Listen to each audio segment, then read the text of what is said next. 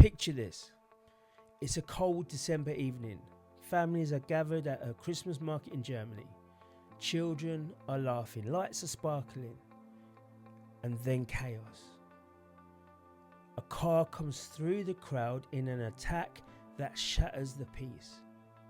All the joys, the traditions, the safety, all gone in an instant. Now imagine this isn't an isolated event.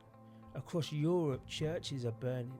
Symbols of our faith, history, resilience turned into ash. And if they're not burnt, they're sold, they're repurposed into mosques, and the sanctity is stripped away. But this is more than just a series of random events. This is a deliberate assault on everything that defines us. It's on our traditions, our faith, our own identities. And let me be blunt, what's happening in Europe is an invasion. You see, what happened yesterday at the Christmas market is more than a tragedy. It's a warning that our leaders are too cowardly to heed. These attacks don't just happen. They are orchestrated by the people who despise our way of life, who see our openness as weakness, and who are determined to dismantle the very fabric of Western civilization. But what do our leaders do? They light candles. They issue hollow statements and tell us to move on. It's not enough. It's never been enough. And our children will pay for their cowardice. When a church burns to the ground, it's not just a building that has been destroyed. It's a piece of our history, our soul, our legacy. These church fires are not accidents.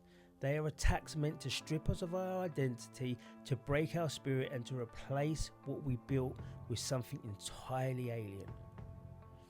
And what about the churches that aren't burnt? They're sold. Sacred spaces where generations have found hope, peace, and community are now becoming mosques. Symbols of a worldview that stands in direct opposition of everything we hold dear. This isn't peaceful coexistence, this is cultural conquest. We have opened our borders to millions, many of whom hold zero respect for our values or our way of life. They don't come here to integrate, they come here to dominate. Their ideology is built on control, oppression, and violence, on silencing women, on persecuting minorities, and punishing dissent. And yet we are told that we must welcome them with open arms. We must sacrifice our traditions on the altar of multiculturalism. But ask yourself this: what kind of future are we building for our children when we allow those who despise us to take over our institutions and spaces that define us?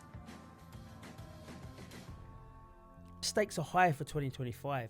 The clock definitely is ticking.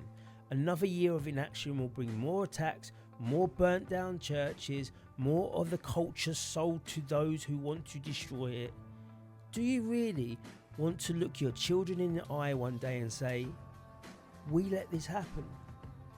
Because make no mistake, if we don't act now, there won't be a Europe, an England, an Ireland to save. It will be gone to the history books forever. This isn't just about us. This is about the world we leave behind for the next generation.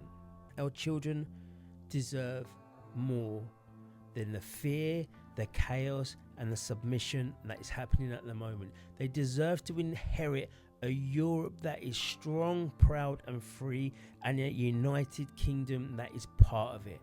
That won't happen unless we speak up, unless we speak the truth and demand action, and if we ultimately refuse to be silenced, because the time for apathy is over. And like Edmund Burke said, the only thing necessary for the triumph of evil is for good men to do nothing. Will you let evil win? Will you fight for your children's future? For Europe, for England, for everything we hold dear? Because that's the decision we all have to make. Daddy Roscoe's here today, back